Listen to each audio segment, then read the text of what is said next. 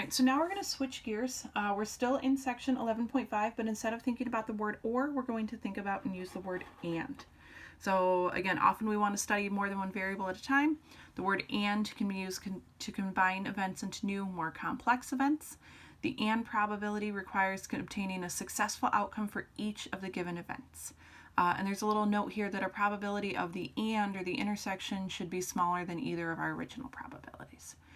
Thinking about our Venn diagram, again, our and is our middle part where they overlap, right? So and means intersection, and our intersection is a set containing elements that are in common to both sets A and B, right? So we're just looking at this center portion right here.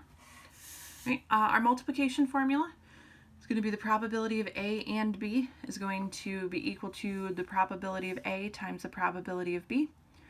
When we're using this rule, we're going to assume that event A has occurred when calculating probability of B because we are looking for a favorable outcome in both events. So we're going to talk a little bit more about kind of what we mean by that in one of our future examples. So unless we specify otherwise, the probability of A and B indicates that we determine the probability that event A occurs and then event B occurs in that order.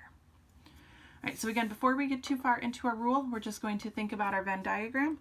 So same little picture with people's wearing hats and glasses, and we just want to decide what we are looking for here. So our probability of hat and glasses, well, that's just the two people in the middle out of the 6 total, which if we're writing it as a reduced fraction, again, we can simplify it and write that as 1/3.